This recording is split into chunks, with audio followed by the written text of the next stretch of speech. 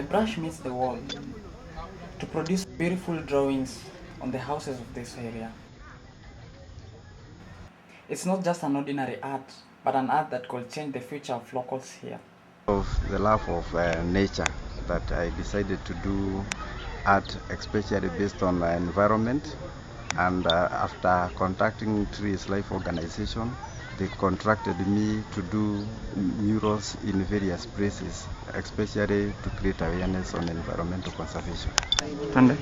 Okay, by doing this picture, we are able to communicate with the literate and the illiterates because it needs little or no effort to interpret, because actually it is self-explanatory, and people can understand and actually change their behaviors toward destructive policies on forests, and they are on the positive side of planting trees.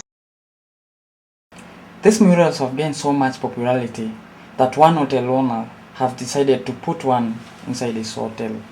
Sasa mtu ana imagine kama ile msitu yetu inakuwa original kama hii.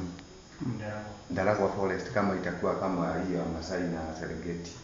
Sasa tukaweka hapa ndio watu waone vile misitu ile inakuwa haijaharibiwa inakuwa. We are trying to collect information to take assessment to an Okay. These paintings are a success story for Trees Life Trust and its partners. More than 79 such murals have been painted throughout Nyandarua and Laikipia districts, and the achievements are beginning to be realized. Trees Life has also erected metal trees along the highways to help passing that important information that could change the area's future. Neville Omondi, reporting for Voices of Africa,